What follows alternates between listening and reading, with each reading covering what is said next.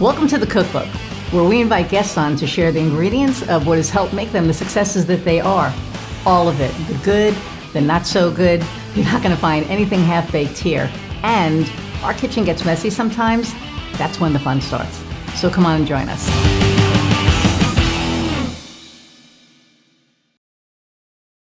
Okay, so hey, there are times when we all could use a little extra help and support in our lives.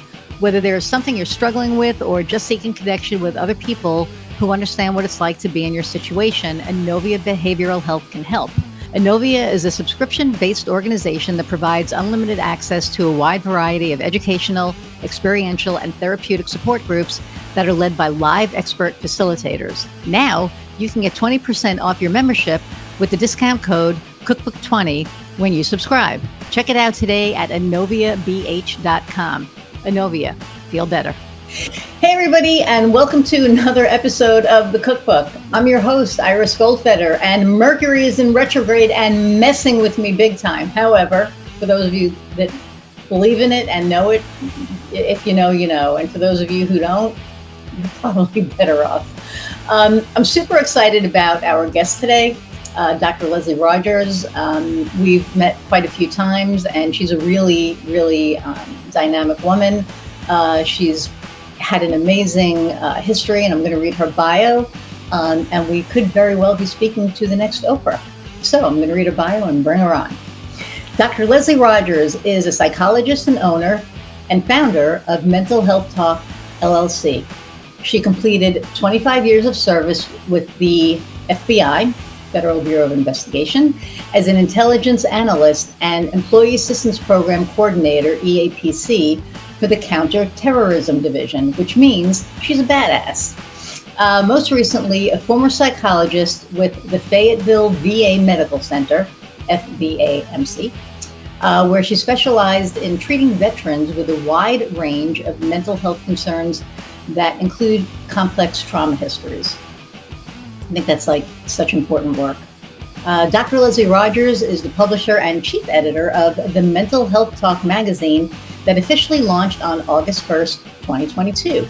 The Mental Health Talk magazine is a well-rounded publication that seeks to bridge gaps between mental health and medical health. Its content allows readers an opportunity to understand the basis of issues surrounding mental health, medical health, and problems and solutions associated with unique populations. For example, military, law enforcement, men, children, etc.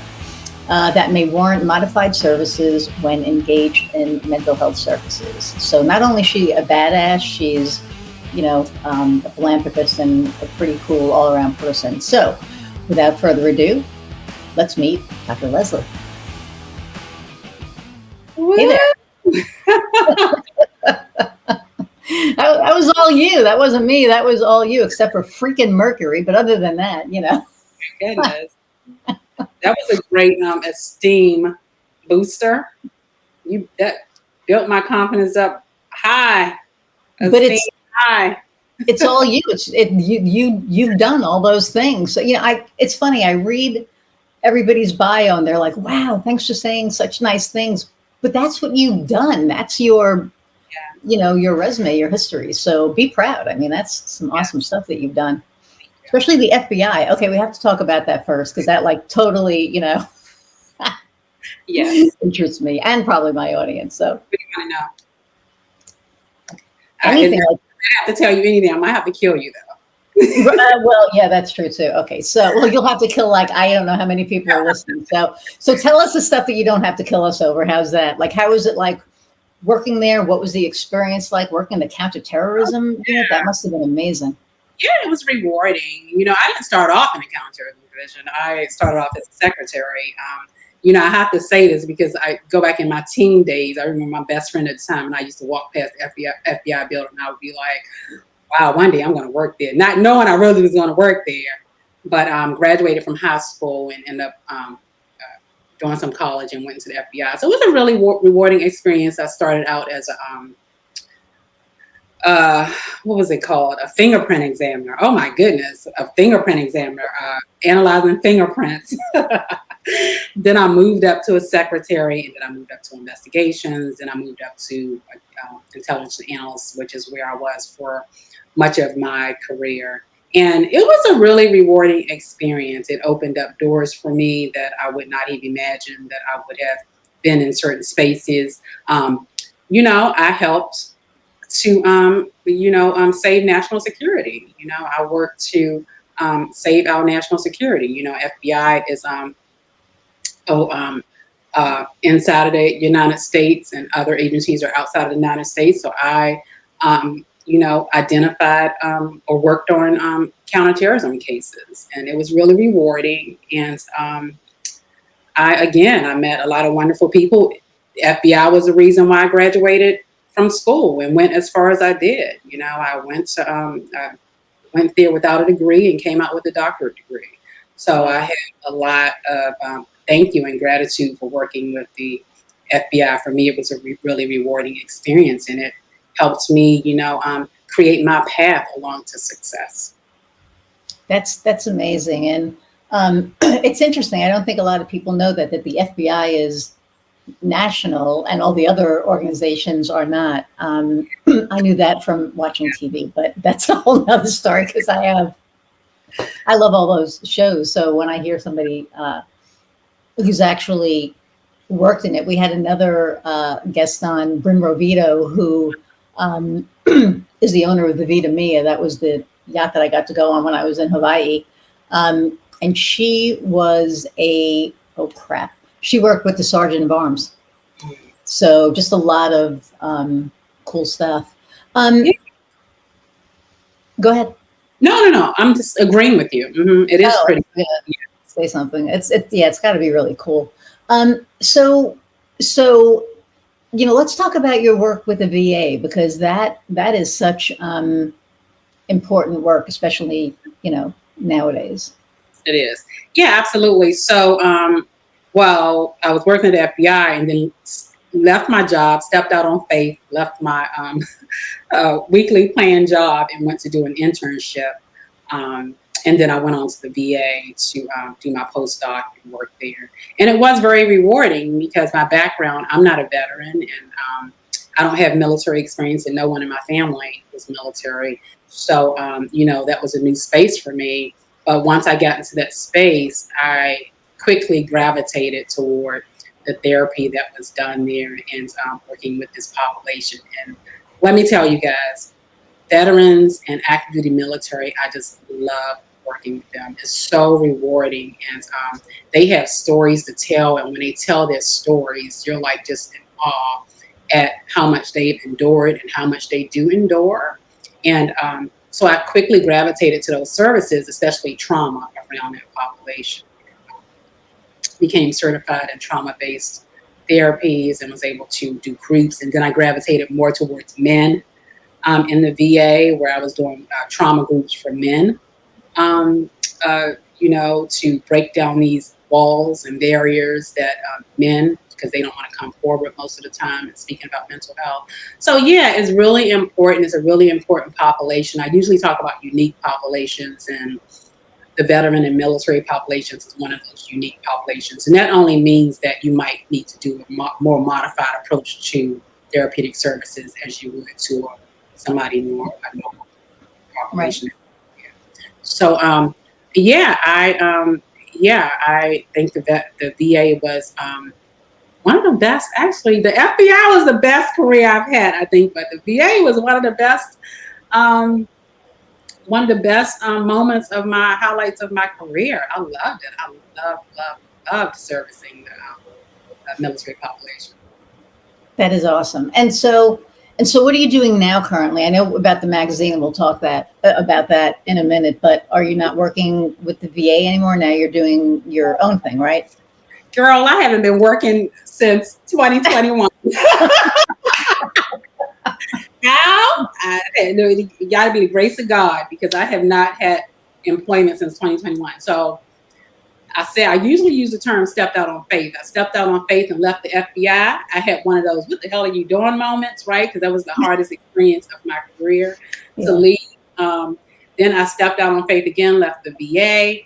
and started Mental Health Talk in 2021, January of 2021, which is what I'm doing now. And much of that was from savings. So I'm back to seeing patients now. I started back to seeing patients in December, January timeframe at a private practice out here in North Carolina. Again, I do trauma work. I do psychological assessments, ADHD testing, and things of that sort. So I see patients part-time, and then I do the mental health talk on the other part. So right now, I am working diligently to meet the missions of mental health talk and trying to, birth that and grow it, and allow it to be successful.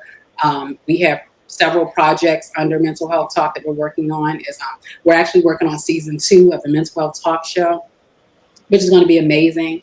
We're working on the magazine that's already, just blowing up, making its own path. And then we have like Men Suffer Too, which is my baby. Men Suffer Too campaign. Again, uh, spreading awareness around men's mental health. And then last but not least, we have another project that we're working on, the men's retreat. So, yeah, we have quite a bit that I'm working on under mental health talk, but that's my focus right now. So, no, to answer your question, and am I working in corporate anymore? No, I am doing my own thing.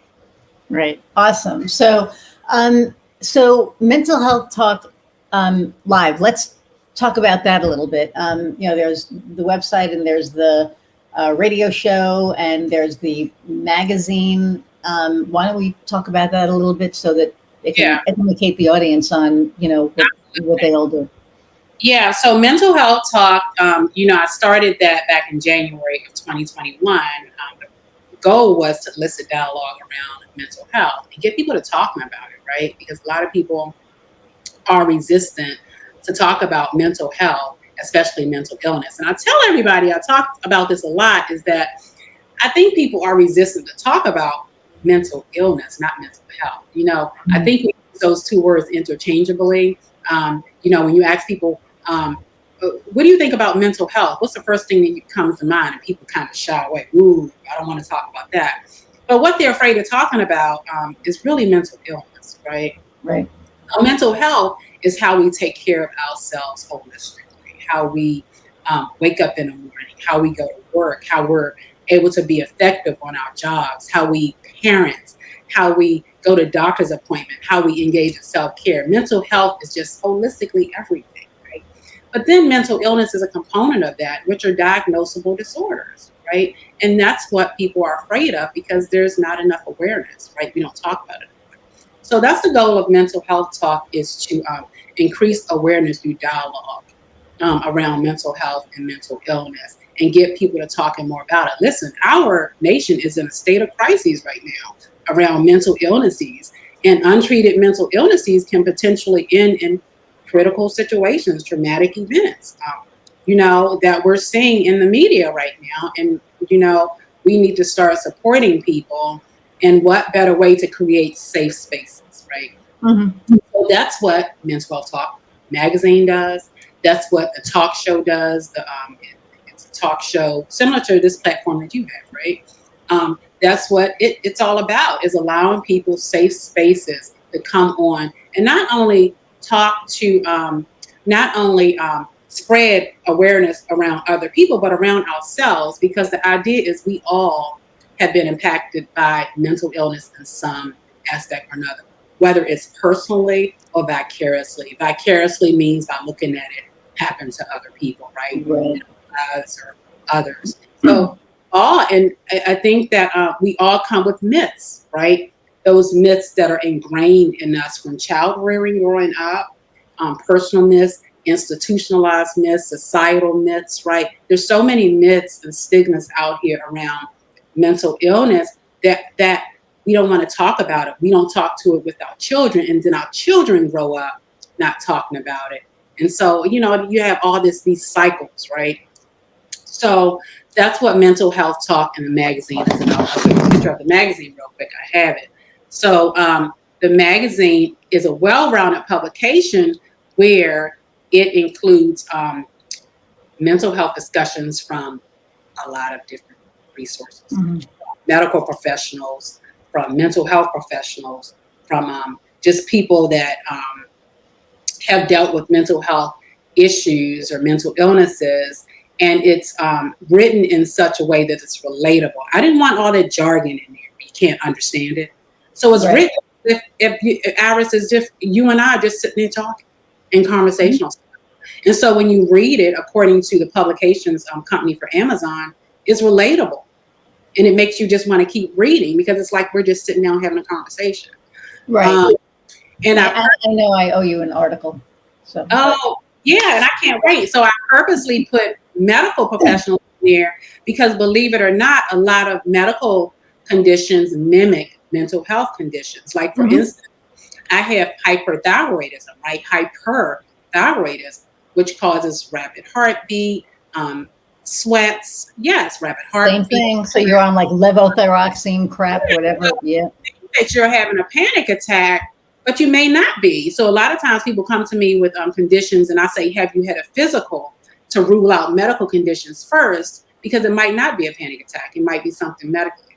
So that's why I added medical professionals in the magazine too. So, girl, we have columns for everybody: medical, mental health, sports performance, and mental health. Remember, we just talked Fabienne. last night. We on Mondays we have Mondays every Monday we have Let's Talk Men's Mental Health on Instagram Live. So last night we were just talking about sports. Simone Biles and Naomi Osaka. Remember when they came out and about mental health? And so in the sports field, so we have a column of sports performance and mental health talking about that population. I gotta say, the thing with Simone Biles really pissed me off because she Mhm. she was clearly traumatized. She could not finish the Olympics. I mean, what does that do to a world class, athlete? Yeah. And you have this stuff going on that is not allowing you to finish. And rather than people saying, "Holy crap, that's horrible," they demonized her. They were like, "Oh, you're using that because you can't." I just remember watching that, going, "What the hell is wrong with people?" Like that there's like the lack of empathy for people. Forget, I think that you get so enmeshed in these sports that you forget that these are human behind that, right? And so that's why I often say when I take my hat off from Dr. Rogers, I'm Leslie by the time I take my hat off. So I have to reflect about ways that I feel about certain situations too, because I'm not immune, right? So yeah, so that's what mental health talk is about. Being authentic, being our authentic selves, showing vulnerability and being Yep. okay with being vulnerable. Because when you show vulnerability and are able to do that, you validate and normalize experiences for others. And it's such a beautiful thing. Yeah. Yeah. I think, when, and I go back to this a lot when, Damar Hamlin fell on the football field.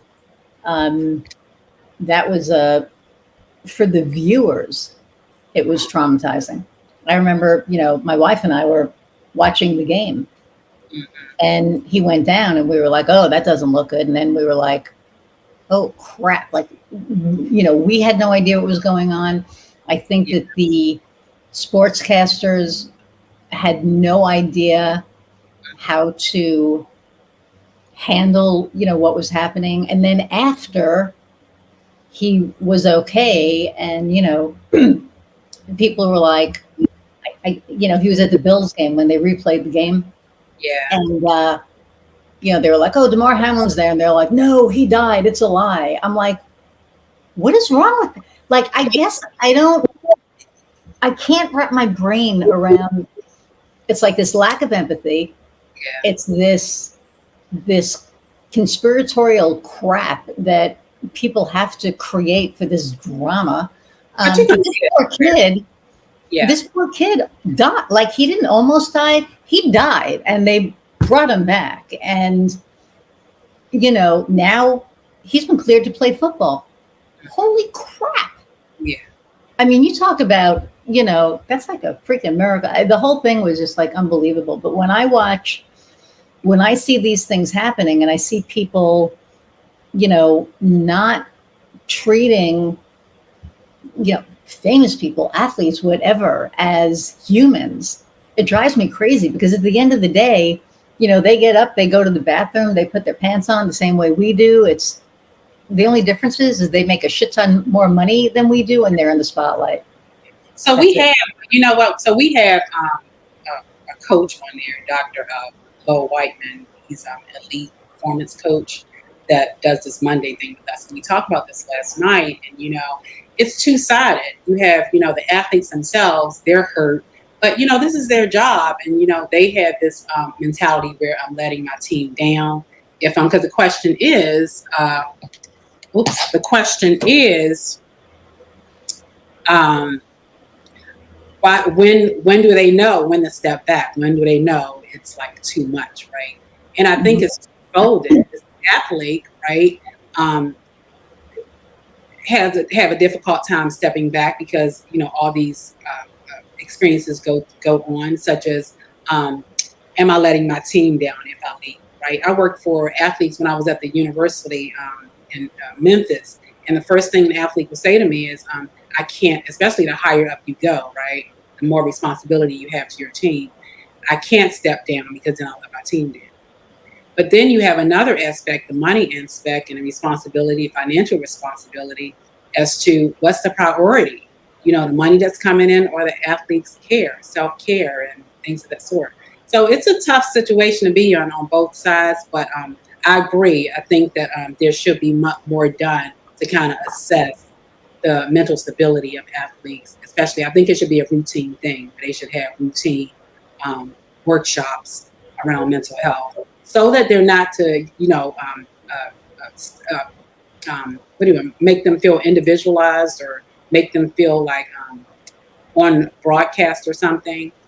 Have like regular workshops for everybody where it's mandatory for everybody. Right. You won't single out people, is what I'm trying to say. You won't Yeah. single make them feel It, uncomfortable. and it's so important. So, my wife works for a major steel company, and before you get hired, depending on your position, you have to go through this like full psychological profile because you are working with steel that's like, what is it, 3,600 degrees?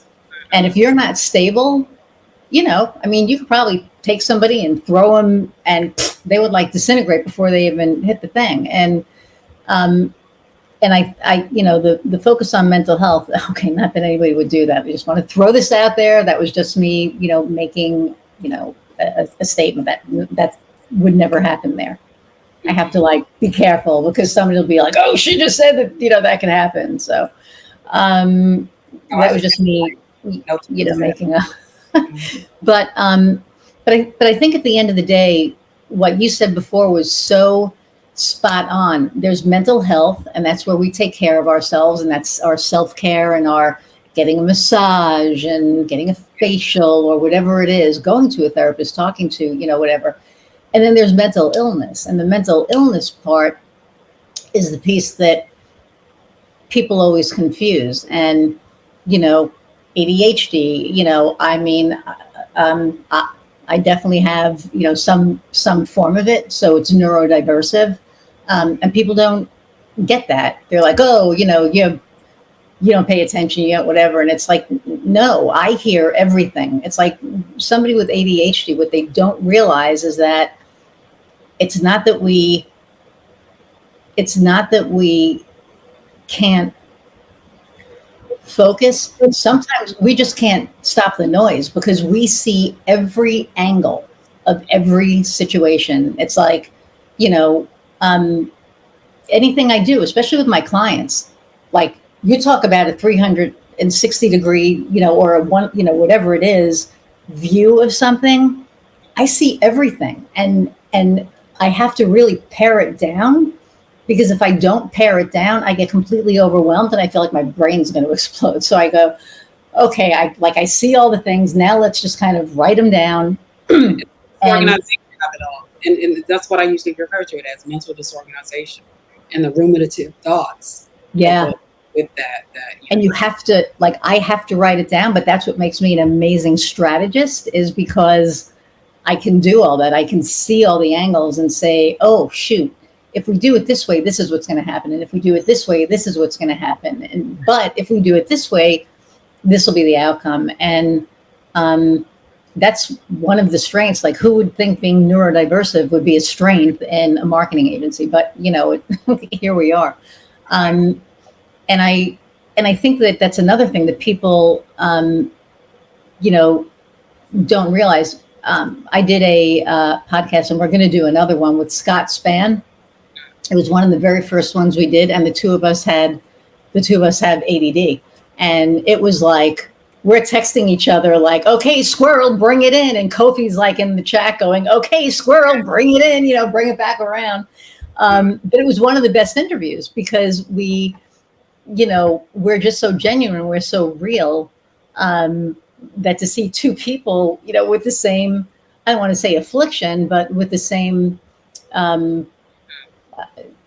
Yeah, with you similar. know what I mean? Yeah, it was pretty, like we were laughing about it afterwards. We were like, I can't believe we actually got through that, but you know. So so you left all that and you became an entrepreneur. What was what made you say, I don't want to be at the FBI anymore. I don't want to do the VA thing anymore. I want to do this. Like, what made you decide to become an entrepreneur? Absolutely, great question.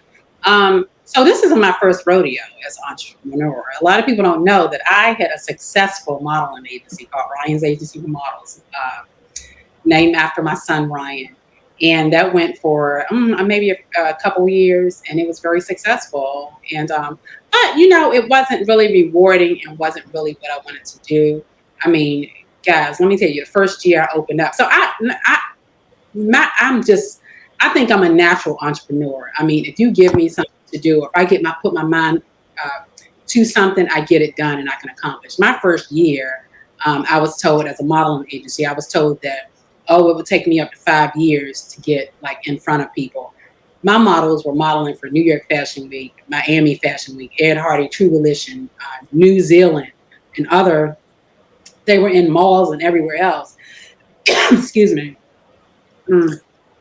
But it just wasn't rewarding for me. I think that working for the FBI is an agent-dominated field.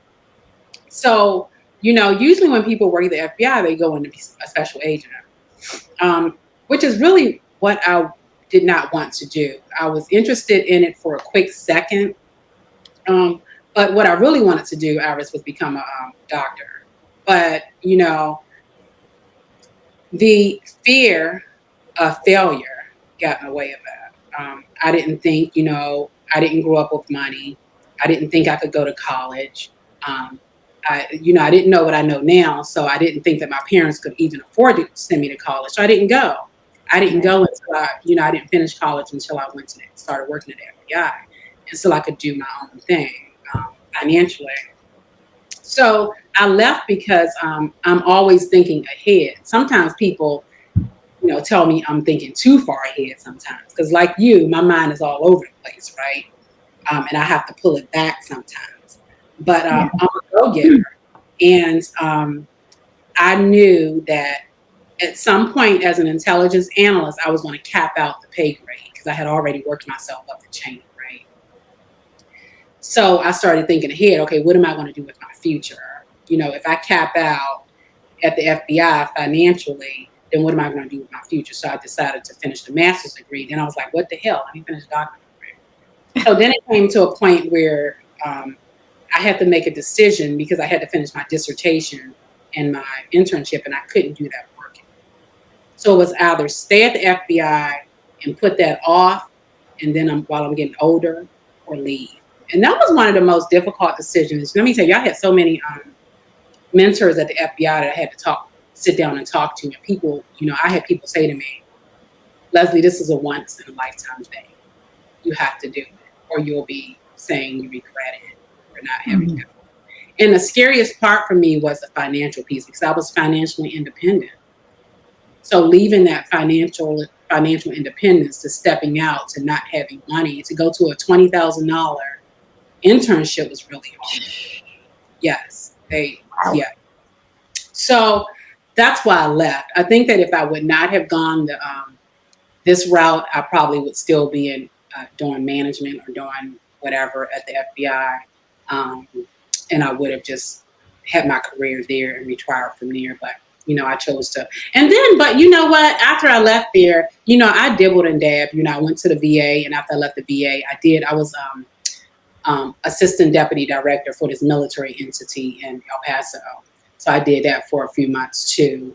And that was so far out. It was so far away from my family that I just didn't want to be that far out, right, to do that either. So then I decided to leave that and come back here and uh, work on my own thing. So now I think it's comfortable for me now by doing a private practice because I can kind of make my own schedule and I'm Mm. more independent that way, free enough to get what I need to get done for mental health talk. But so leaving the FBI it was a hard decision that I came to. It wasn't just like I just said, okay, I'm done, I'm leaving. It was something I had to do to better my career. Nice. And so, do you miss corporate at all? Oh, absolutely. Absolutely. And I'm telling you, it's, you know, okay. And if I'm not lying to you guys, I'm really transparent, guys, about everything. And that's what people like about me. That's how I build rapport with my following. I'm really transparent and authentic. Um, the part I miss the most is the financial part. Owning a business and trying to get a business started is like really tough, right? Especially when you're not, you Yep. don't have a lot of money, right? When you Yeah. don't have a lot of money, and it's scary because now you're entering into a space that is new, right? I was a new doctor leaving, and it's difficult to, let me tell you, the faster your business grow and the larger your business grow, the more money you need. Because, and you and I were just talking about this, the more you grow into a direction of success, then the more resources you need. The resources start, you need to modify resources, right? Right. So Yep. what I was doing, because I cut corners a lot, guys. I ain't ashamed to say it. I cut corners a lot. A lot of times I was doing a lot for myself. Even for the talk show, did my own makeup, I did my own editing, did my own website, everything at the time I did. But then it came a point where I was moving so quickly that I had to contract other people in to do things like redo the website and help me in organization and help me with magazine and things like that. So yeah, so do I miss corporate? I do. I miss the work. The work was really rewarding. Again, the work made me feel like um, I was doing a great service for the United States, right, and protecting our country. So that was really meaningful. It's Wow. always good when you're in a job that's meaningful for you, right? But what I do now is meaningful, right? I may not make as much money I did working in corporate, but it's meaningful for me, and I'm still potentially saving lives, right? The information that I get out there, can potentially push someone to get treatment. Untreated mental illness can get treatment, right? The information I'm putting out there reduces stigmas in such a way, and that's the goal to allow people to reduce anxieties around getting treatment, right? To know that they're not going to be stigmatized or not going to be ostracized if they say, I need help, right? And it's about creating awareness. So, what I do now is uh, really rewarding and can potentially save lives. So, both jobs I really enjoy. So, but yeah, sometimes I go back, and during those times, Iris, is when I am struggling financially. I'm like, oh, Mhm. I shouldn't have left FBI. I shouldn't have. Yeah, right. My 9 to 5, all my benefits, everything was all, yeah. Go back. I should go back to the VA. I should go back to corporate in some way, right? But you know what? Things happen for a reason, and I am where I'm supposed to be. This is where I'm supposed to be, Yes. and I'm gonna stick with this book, and I'm gonna write it out to the end, girl. This is Yeah. And where I want to be. I'm so glad to hear you say that. I had so Kat Palsinelli was on I don't know. Actually, her episode aired 2 weeks ago or last week or something, and she um, was in an 8 year abusive relationship, right? And that's why I said we never know what the beginning of the show is going to be. It's people's journeys, and they're all different. But when we were talking about it, we were talking about how everything happens for a reason, and all of these conversations happen for a reason, and who knows who's listening to this Mhm. that is gonna that's gonna glean something from this and say, wow, you know maybe they take a look in the mirror and go, wow, I'm one of those people that need that help, or maybe they're at that breaking point and they're like, man, maybe this is what I need. So that's what I love about this platform is, you know, it's, yes, it's for entrepreneurs, but it's for anybody who's listening and whatever journey they're on and however, this can help them. So, I went into it initially to talk about entrepreneurship and blah, blah, blah, but it has turned into this platform that, you know, who knows who I'm reaching and who knows who's in crisis that can hear it. So it Yeah, kind of blows my mind the way that it evolved. So, a lot of people that listen are thinking about becoming entrepreneurs. Um, what advice would you give somebody who is thinking about becoming an entrepreneur? absolutely. And I had to write this down because there were some points that I did want to hit on. So, yeah. So for me, I think that it's important to write down your vision, right? If you have a vision, if you have goals and aspirations, you have to write it down. A lot of times we think that things aren't achievable or aren't attainable, and they actually are. So write them down. I write down a lot, right? I have an easel board that I bought from Staples, and I write down my goals, and then I just check them off as they're achieved. So make sure you write down your visions and do the homework and due diligence to make sure they're attainable or realistic goals for you, because you don't want to set yourself up for failure, right? You want to make sure something is attainable because that weighs on your mood, right? And your emotional state. Create a mission statement.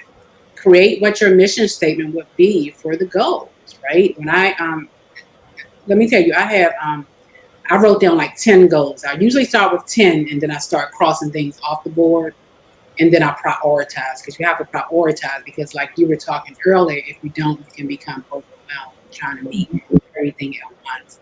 Um, so create mission statements, operationalize your goals, mean define. Make sure your goals are clearly defined so that when you go to achieve them, people will know what you're talking about, what you're reaching for. Be sure and secure names. You come up with names for your project, make sure you secure them. Somebody told me, make sure you get GoDaddy. So I had GoDaddy faithfully. I was paying for names so that I could have my names. Um, be open to constructive criticism. Make sure, though, guys, it's constructive criticism and not criticism that can demean you or to demean your character or put you, Right. because that can really weigh in on your mental state as to whether you believe or not you can be successful, right? And you don't want people in your circle that's going to like be negatively talk to you negatively about your brand or about what you're trying Right. to do. You want people to boost you up and be realistic with you, but in such a way that it boosts your self-esteem and confidence to go out and do whatever it is that you want to do. Apply for resources. There's grants and stuff out there. I even applied for a GoFundMe to help. So, set your pride aside. And because again, when you're starting a business, financials, unless you are financially stable like that, or, you know, have the finances to do so, to put lump sums of money up. Resources out here. Don't be so prideful that you can't reach out for resources like grants and things of that sort. Um, and Make sure, and I put this down here in double, double, double. make sure you plan double for finances, right? If you do research and something costs, let's say $100, make sure you put $200 in your account and make sure you account. The biggest advice that I can give anyone is cut corners where you can. And what I say is when you're starting a new business, figure out what you can do for yourself first. Get that done. Whatever it is you can do for yourself, get that done, and then hire people as your business begins to grow. Because you can Hmm. save a lot of money that way, a lot of anxiety around it. You can, prevent yourself from becoming overwhelmed, and have people in your space that that support you. Support systems are everything. So have people in your space that will Yep. support you and will talk to you and allow you to consult with them. And because support systems are everything. So my support systems, my circles are everything to me. And I don't know, I would have given up a long time ago if I did not have my support systems. I've gone to bed several nights crying, wanting to give up. And, my support system, I have to say, are the ones that said, no, do not give up. And that's why I'm here today to tell the story. Wow, that's awesome. I love how you made a list. So, full transparency. I usually ask, is you have been listening for a year. We're almost at a year. That's like insane to me. But anyway, I always try to ask 6 questions, but I don't like you know asking them in a row. And so, Dr. Leslie, what made you decide to become an entrepreneur?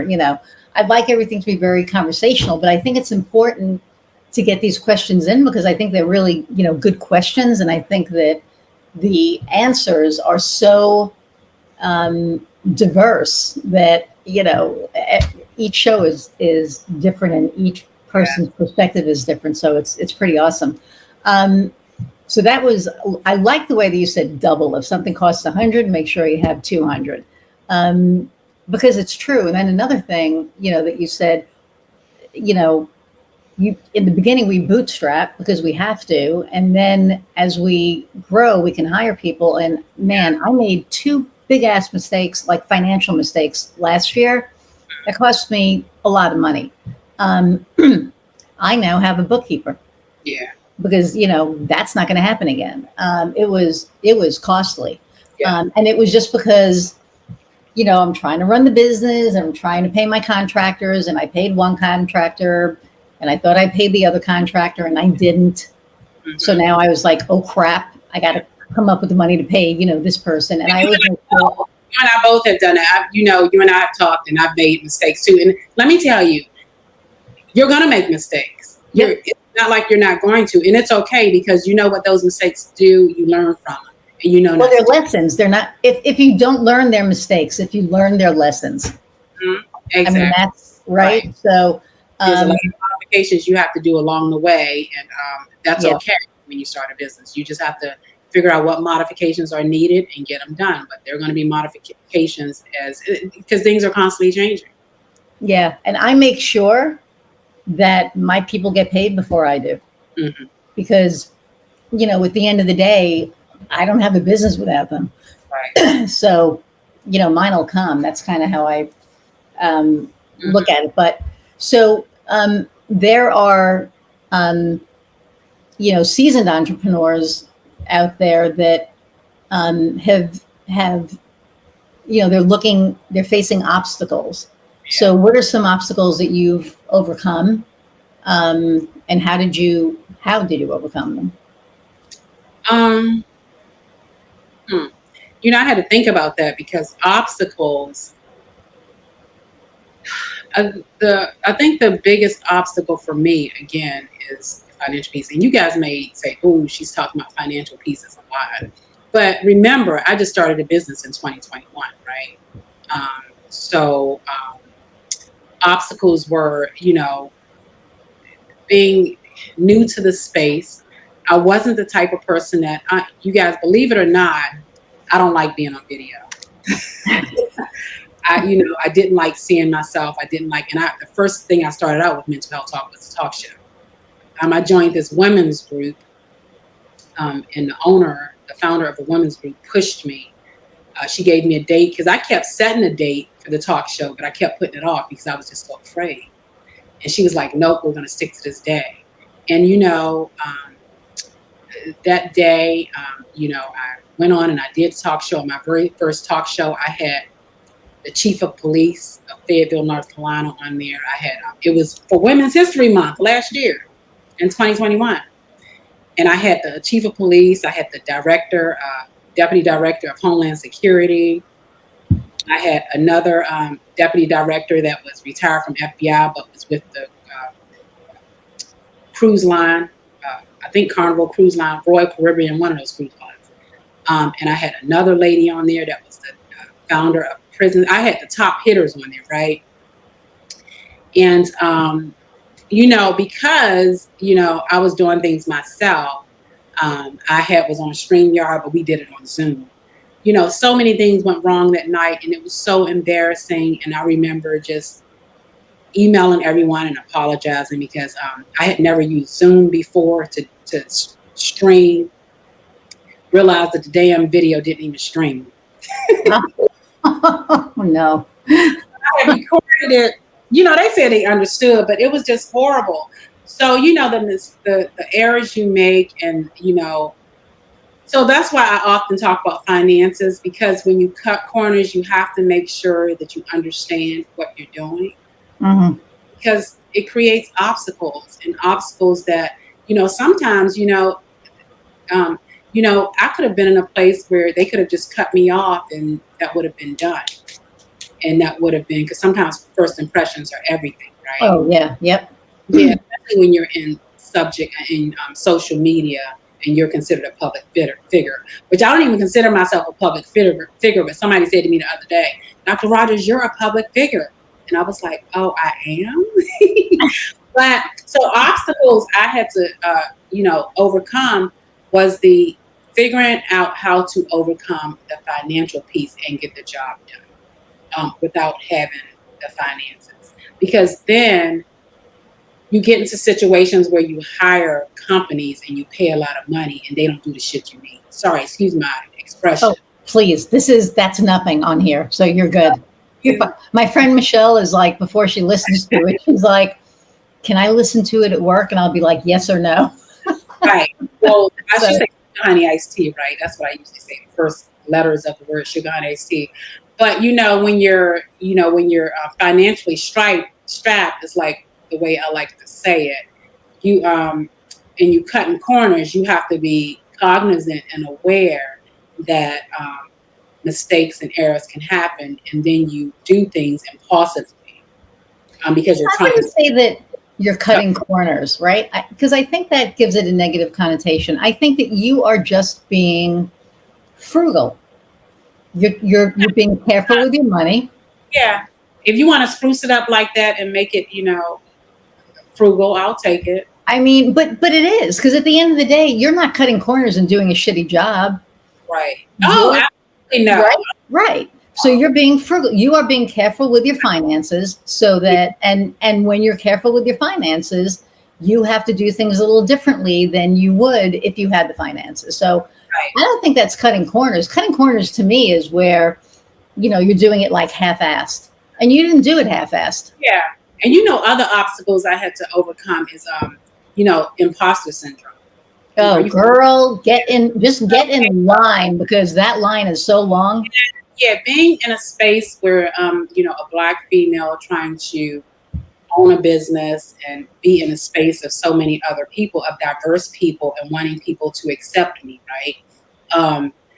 So imposter syndrome is feeling like you don't belong, like you're in a space that you don't belong. And I had to constantly tell myself, I belong here just as much as anyone else, right?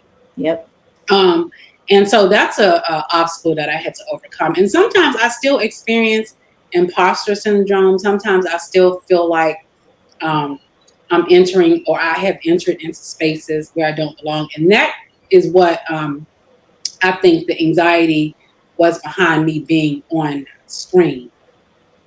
Talking to people. Right. I mean, average people that I have in this magazine are, one guy's the infectious disease doctor. He's way up there, right? I have top hitters right in this magazine.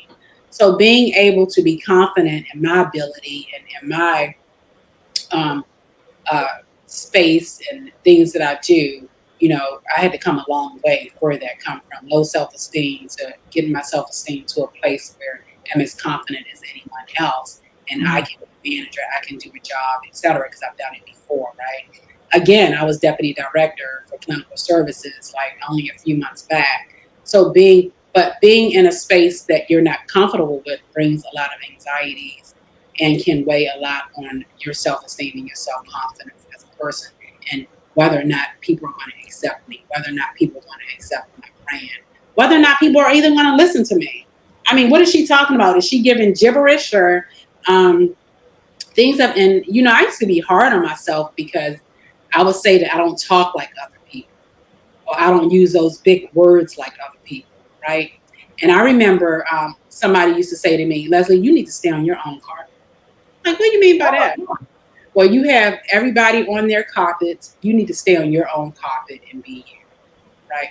So being me was really difficult, was a challenge that I had to overcome, and people wouldn't know that. But yeah, I wouldn't know it. I wore this mask. A lot of us wear masks. I wore this mask to you all. I would have on a mask, but when I get home and take that mask off, oh, I would scrutinize myself and be Mhm. like, what did I do right? What did I do wrong? Did I look right? Did I not look right? Did I say this right? Did I not say that right? But you know what? I have gained so many supporters in doing this. So many doors have opened for me, and my followers have been a blessing in disguise. I mean, they are so supportive of me and my cause. And, I realized that it was me.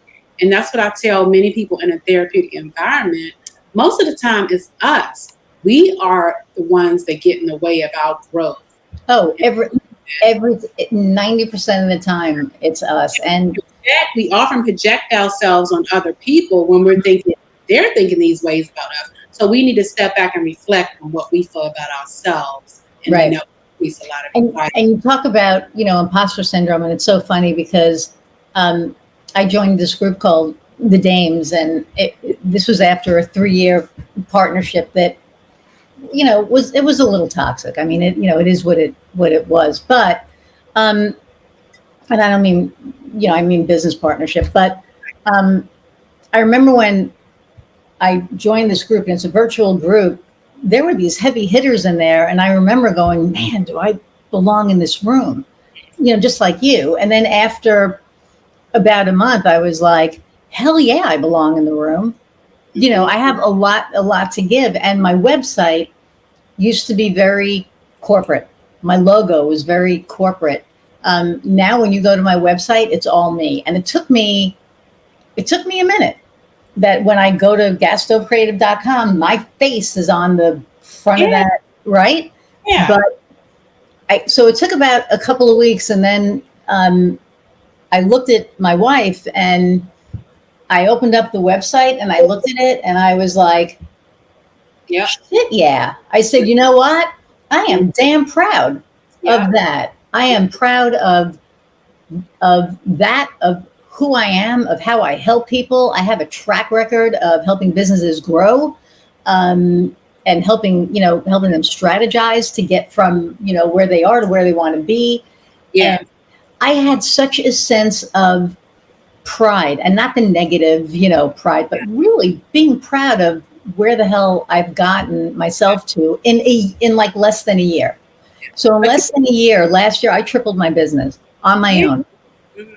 But with me, I think the fear factor is I've always been put in spaces like, especially as management, to manage people that are more seasoned than I am, or Right. that have been in the field. So that was a imposter syndrome. It was right. Like for instance, at the FBI, I was put in charge of the 9/11 task force to get people, on board and doing investigations and all that stuff, right? And that was really scary for me, right? And I remember my boss saying, "Hey, I put you in charge. This is what I told you to do," because a lot of people didn't like that. Going forward to the VA, which was very accepting of me, I led an interdisciplinary team, right, of seasoned medical professionals, psychiatrists, medical providers, and other people that were practicing long before I became a doctor, right? And I was that interdisciplinary team lead at the VA, and they accepted me and they trusted the information that I gave to them, and they supported, my feedback, and they supported, and they came to me for questions and answers, and they trusted me. So in that sense, you have to validate if your thoughts are even true, or if they're real, or if they're rational, because a lot of times our thoughts are irrational, and it gets in the way. So I had to trust myself and trust my own worth, because that's what we don't do. We don't trust our own. Right. And when we do, it's like such an amazing feeling. I mean, yeah, I wake up, I used to wake up every day like digging what I do, but now I wake up every day and I love what I do because, I know I've just, with all the years experience, I've just gotten damn good at what I do. And it's a good feeling knowing that somebody comes to me and I know that I have the skill set that they need to move them up to that next level. So, normally I would say what's your differentiator, but honestly, I don't think that applies here because I think what we really want to talk about, or what we have talked about, is your talk show and the magazine. And I think you're going to be the next Oprah, but that's a whole nother story. And I hope so. Girl, there's like so much that, that you're doing, and it's got to be, marketed in a certain way. And we'll talk about that. But, you're doing an amazing job. I think you're doing an amazing job. Mm-hmm. But we're at an hour. I want to thank you so much for taking the time today, especially dealing with all the technical Mercury retrograde crap that happened in the beginning.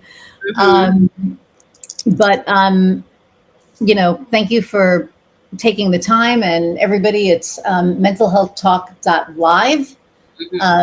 Dr. Leslie has a talk show and mental health magazine, which is just, you can go to the website, mentalhealthtalk.live, and you can click on magazine, and there's like a virtual version of the magazine. So you can like click through it to just get an idea on what it's about, but it's, mental health talk, and it's really cool. And I will have a article in there as soon as I get my shit together and send it in, but that's like another story. So the last question that I ask everybody is, what lights your fire? Yeah. Again, I absolutely love what I do. And, the transitions that I see in therapy and in other spaces and platforms, when people, that light bulb go off and people say, aha, that aha moment, that I've gained something from this, I've gained knowledge from this, I've grown mentally, I am in control. When you see people realize, oh wow, I am in control. I do have power and control. I mean, that lights my fire. I mean, in this space, I'm telling you, as a provider, and you see growth and maturity in mental health care, and mental illnesses. You see symptom reduction. You see people become empowered in reducing symptoms when they were already empowered. You just, especially when you talk about trauma, you lose power over a course of time. Yeah. And the idea is to regain that power and control. That lights my fire to see, just to see recovery. And that's why I love what I do. That's why I entered this space, to being able to just be a witness to recovery around mental illness, and spreading that awareness. Absolutely. Awesome. That is just so awesome. It literally warms my heart. I mean, seriously, hearing you talk about that. Okay, you hang out. I'm going to say goodbye to everyone, and then I'll be back. I do have a GoFundMe page, so if you can let. Oh, okay. What's the GoFundMe page? if anybody wants to contribute to the cause, 100% of the proceeds go directly to Mental Health Talk. I don't touch that. It's Mental Health Talk GoFundMe page. Mental Health Talk GoFundMe page. Okay, so Mental Health Talk / GoFundMe. Mm-hmm. Yep. Yeah. And we'll, Kofi, can we add this to? Well, I'll talk to him off course. We'll add something on there, and in the description Yes. of the episode. So cool. Okay, everybody, thank you so much once again for hanging in for an hour plus. I hope you gleaned some good nuggets from my conversation with Dr. Leslie today. Go check out mentalhealthtalk.live. Do the Mental Health Talk GoFundMe. Put some money towards a good cause. You can click on the website. The talk show is on there. The magazine is on there. It's a great cause and a great platform. I want to thank you all for hanging in and supporting this little podcast. Go like, share it, subscribe. When you subscribe, you get notification of a new episode. And I appreciate you all. I love the fact that I'm getting all the comments and the feedback, and it's been good feedback. Thank you. So I really appreciate that.